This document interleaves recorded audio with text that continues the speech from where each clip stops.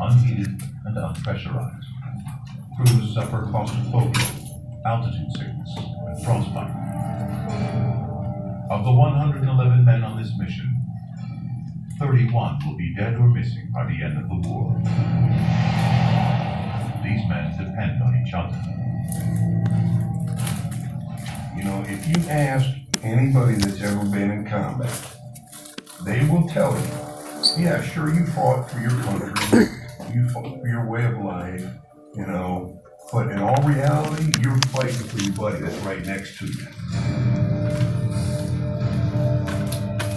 The B-2 bomber is just as tough as not two.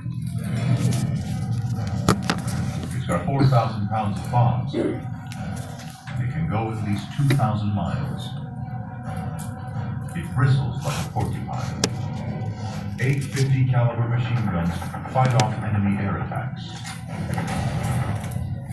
The B-17 bomber, it may not have been the greatest aircraft that was ever created, but it was tough, it was durable, and it found a way to keep going, which is pretty much like an American soldier. You know, tough, durable, and found a way to keep going.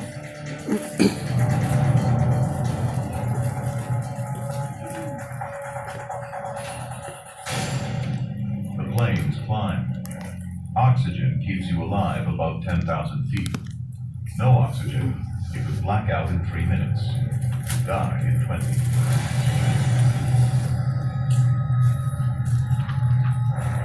The target is Rouen, the Germans' biggest railway marshalling yard in northern France. Trains supply the German economic and military empire across Europe. Its mission is to wipe the yard from the map.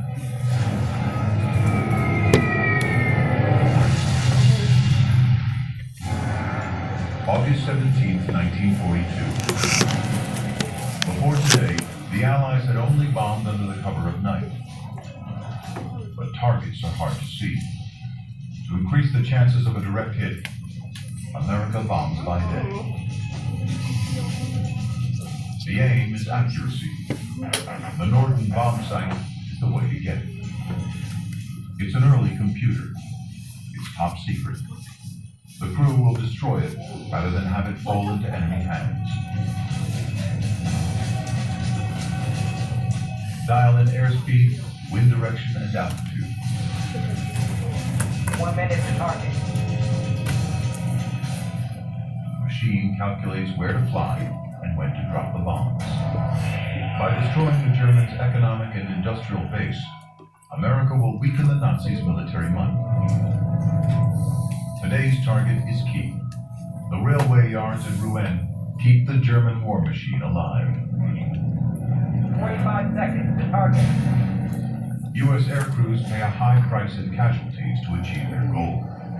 In 1943 alone, 2/3 of air crews never came home. The weather is perfect for the bombing run.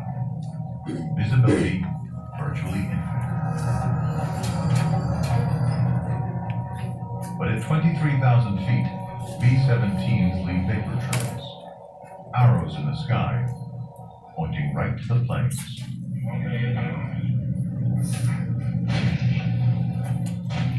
German anti-aircraft fire explodes under the B-17s.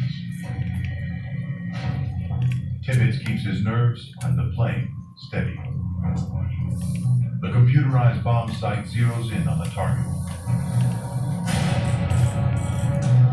Target in sight. Target in sight.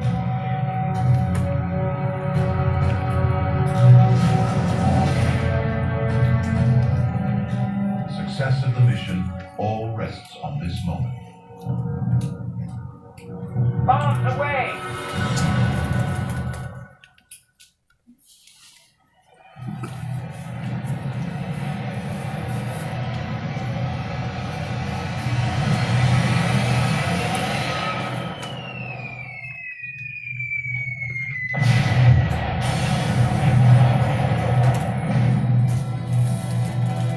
Success.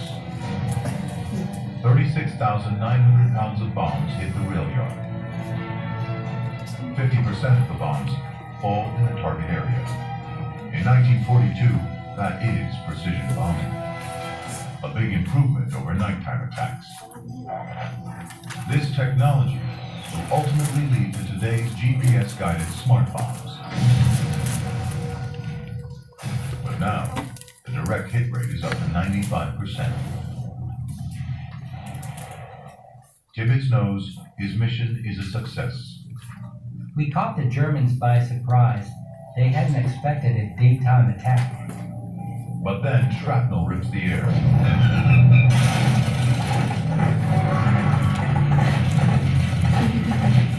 The Germans open up their big guns. 88mm anti-aircraft shells explode around the plane.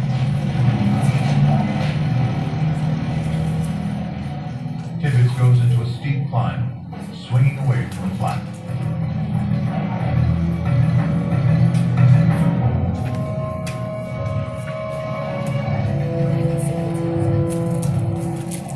They have proved daylight bombing is possible. A feeling of elation took hold of us as we leaned back across the channel. We had braved the enemy in his own skies, and we're alive to tell about it.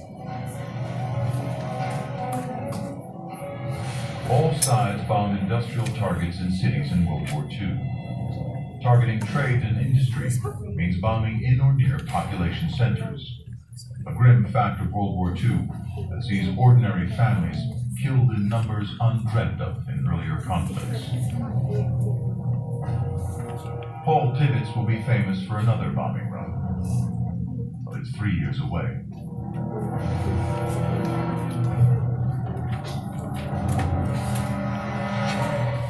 He will drop the atomic bomb on Hiroshima.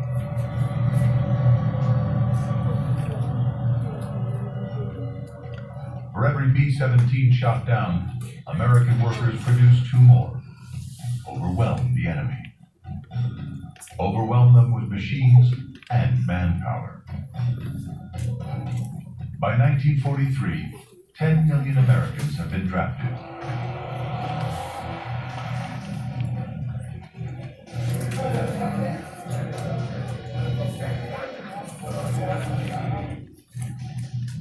One is 18-year-old Harold Baumgarten, a New Yorker from the Bronx. He'd been offered a tryout at Yankee Stadium. But before I could begin playing for the team, I was drafted. On July 10th, 1943, I entered the U.S. Army.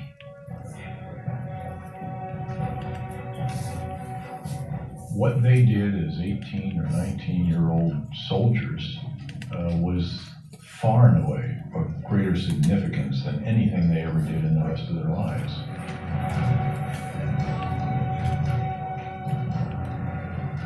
William Dabney convinces his grandmother to let him sign up at the age of 17. I just wanted to follow my buttons.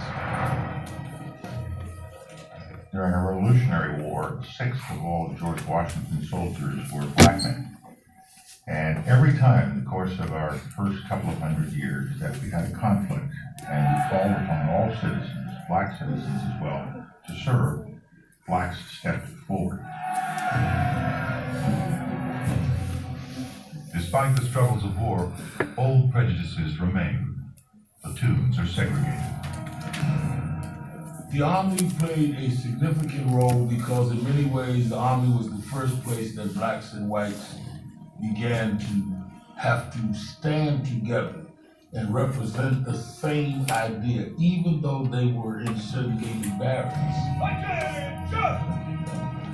World War II changed the entire world, but it certainly transformed the Black American psyche in a way that led to and made possible the civil rights movement of the 50s and the 60s. William Dabney volunteers for the exciting sounding Special Service.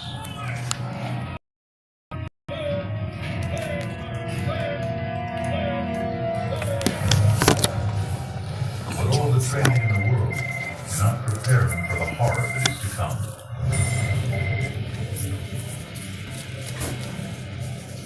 June 1942. 1944. Southern England becomes a massive army camp of 3 million Allied troops.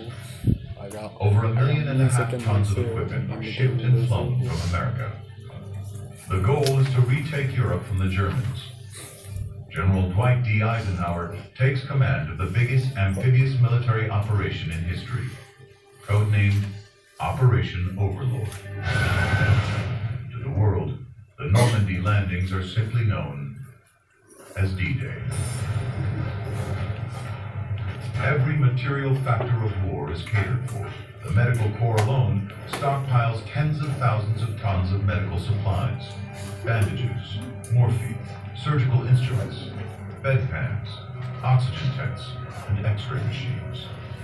There are prosthetic limbs and even eyeballs in 5 sizes and 4 colors. By 1944, an American combatant could draw on 4 tons of supplies versus a Japanese combatant who had just 2 pounds. No one had ever produced so much in such a short time. And this is what really shocked both the Japanese and the Germans. Blood is so crucial, the U.S. develops a system of blood banks on an industrial scale. In the 6 months leading up to D-Day, Americans donate a pint of blood every 2 seconds. The blood is turned into plasma so it can be used on the battlefield. It is bottled, put in ice, and packed in cans.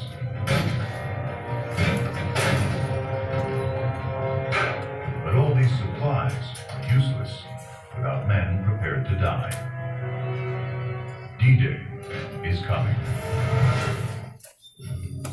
June 5th, 1944. American industry gives the military the means to retake Europe. Now the nation must sacrifice its sons.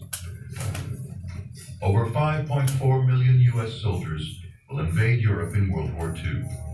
That's 40 times the number of U.S. combat troops that originally invaded Iraq. This is the night before the biggest single amphibious landing the world has ever seen. D-Day. Harold Baumgarten has come a long way since enlisting a year ago. Many of us had our heads shaved so that our hair could not be grabbed during hand-to-hand combat. Many of these men have less than 12 hours to live. I did not expect to come back alive.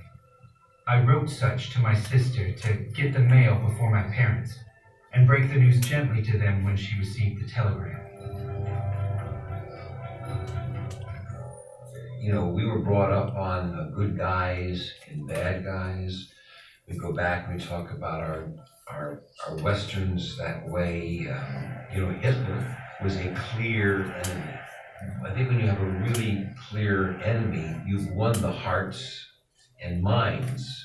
There was that commitment of sacrifice.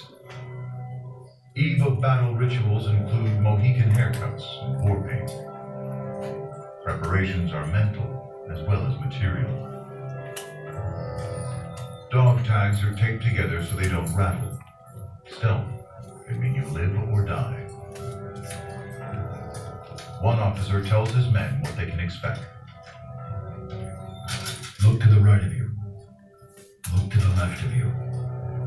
There's only going to be one of you left after the first week. William Dabney now knows what his special service mission is. He has to drag a barrage balloon ashore while under heavy fire. It's a tactic designed to block German aircraft from strafing Allied troops. His chances are slim, but he is determined to survive. I will return. I will come back to the USA. I'm not looking forward to getting shot and killed. I'm looking forward to going home.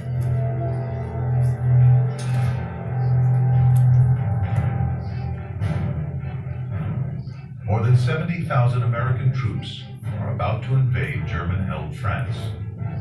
Over 1,000 will die on the first day, June 6th, 1944, D-Day.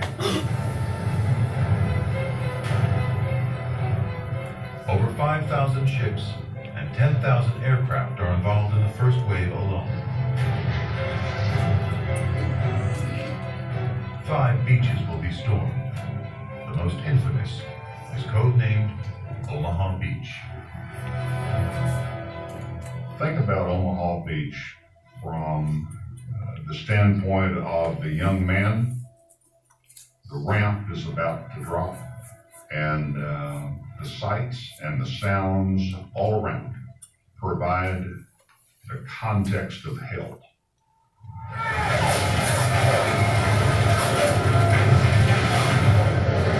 The first troops on Omaha Beach meet ferocious German resistance.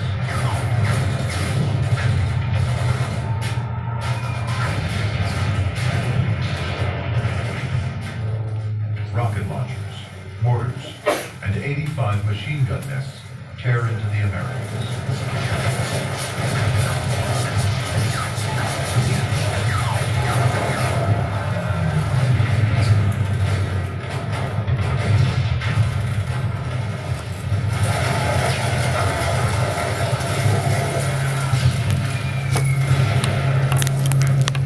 There were meant to be 32 tanks with them.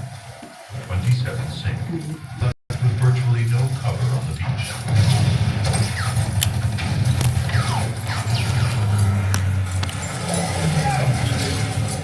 William Dabney is totally exposed. Tethered to his barrage balloon, he's defenseless. When it's shot down, he has his chance.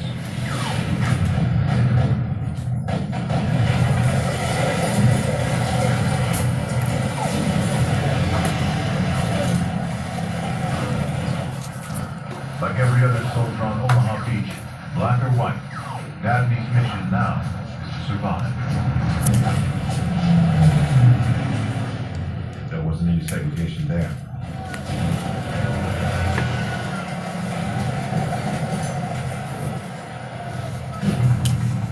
Harold Baumgarten is thrown straight into the carnage. There were men with guts hanging out of their wounds, and body parts lying along our path. Some men were simply overwhelmed by the hell they met.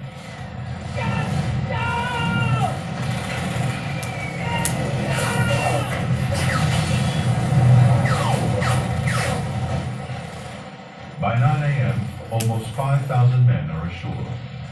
There are more than 2,000 U.S. casualties on Omaha Beach alone.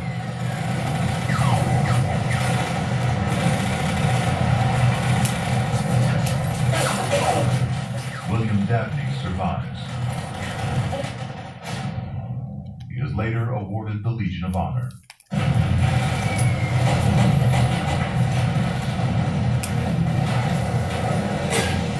Operation Overlord is a logistical miracle, but the cost is staggering. Nearly 126,000 Americans are killed, wounded, or go missing during the Battle of Normandy.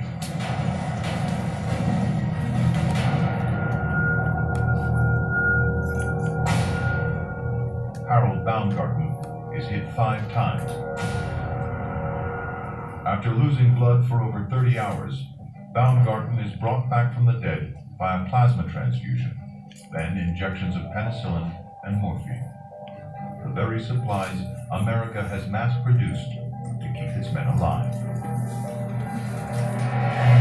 D-Day is key to Hitler's defeat. Within a month, the Allies have landed more than 877,000 troops, 112,000 vehicles, and 573,000 tons of supplies.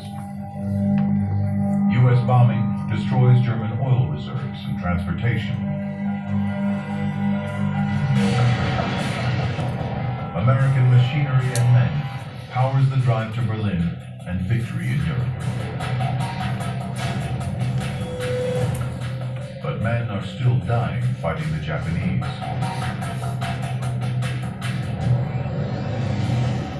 America turns to technology once again. A weapon to end the war.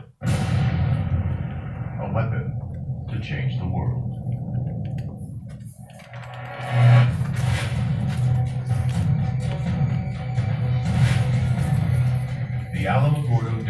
New Mexico. July 16, 1945, 5:27 a.m. In 3 minutes, American technology will change the world forever.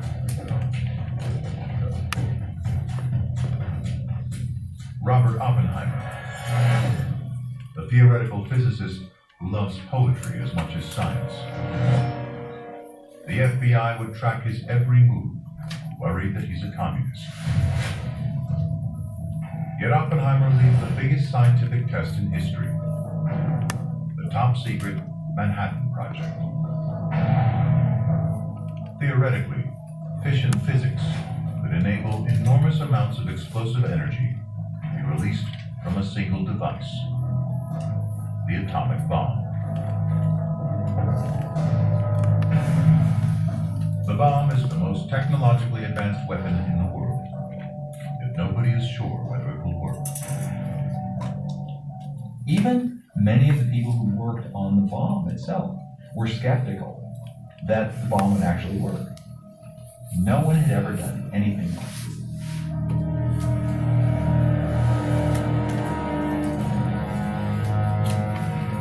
The use of bombing escalates on all sides in World War II.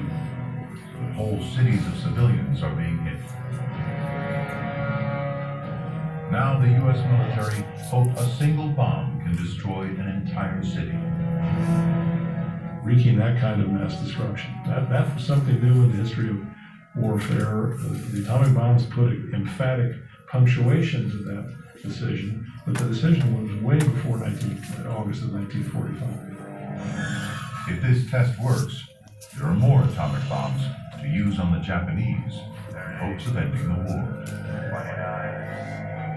Deputy Commanding General of the Manhattan Project, Thomas Farrell, watches Oppenheimer. Dr. Oppenheimer grew tenser as the last seconds ticked off. He scarcely breathed. He stared directly ahead. 11, 10, 9, 8, 7, 6, 5, 4, 3, 2, 1.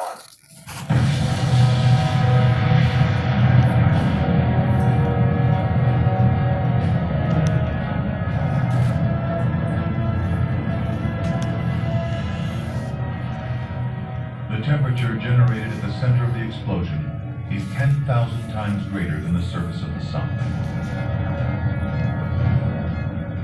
The heat turns the desert sand to glass. The explosion is more massive than even Oppenheimer expects. When it went off in the New Mexico dawn, that first atomic bomb, we thought of Alfred Nobel and his hope, his vain hope that dynamite would put an end to wars.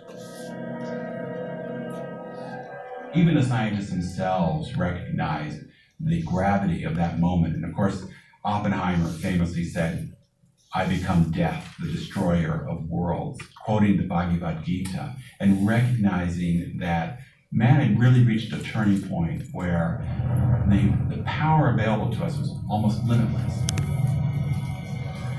When atomic bombs are dropped on Hiroshima and Nagasaki, an estimated 120,000 people die instantly. For the days, months, and years that follow, up to 80,000 more die slowly. A day after the second bomb is dropped, the Japanese surrender.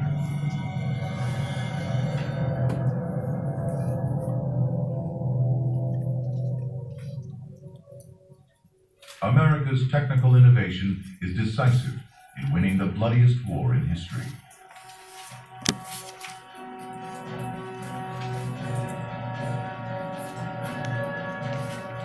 Having survived the Depression and World War II, the greatest generation comes home. They'd been through it all, and they wanted one thing. They wanted a better life for their families than they'd had. And that's what they dedicated themselves to. America's distance from battle leaves its infrastructure intact, its economy vibrant. It produces twice as much oil as the rest of the world combined. It has half the world's manufacturing capacity and 2/3 of its gold stocks. And they had no real competition in the world because Europe was devastated, Asia was devastated, and America could be the colossus that it became.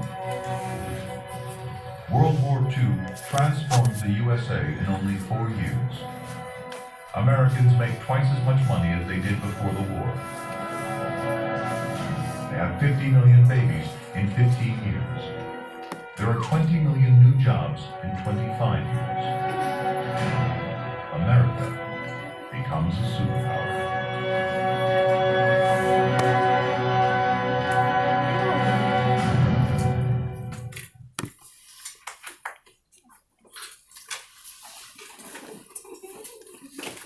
All right, so you got just a few minutes of free time for yourselves, but since you got this time, I may as well write 2 things on the board that will probably get to the test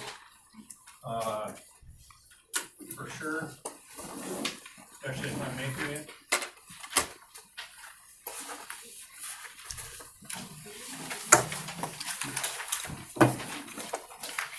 We just talked about industrial capacity. If I ask you what helped the United States win the war the most, probably, I'm going with this one, guys, because our ability to mass produce tanks and planes was just absolutely unmatched, and it overwhelmed the Germans. I still remember an interview watching in Germany said, Schirmen war scheiße, wir können 100 Schirmen zerstören, das ist egal, 100 mehr kommen. And that means that the Sherman wasn't a very good tank. We didn't have any fear of the tank, but you could destroy 100 Shermans, there'd be 100 more. We McDonald's. There was no way to compete with the amount of stuff we put out there. So that's kind of a pretty good way. Yeah. Max, what's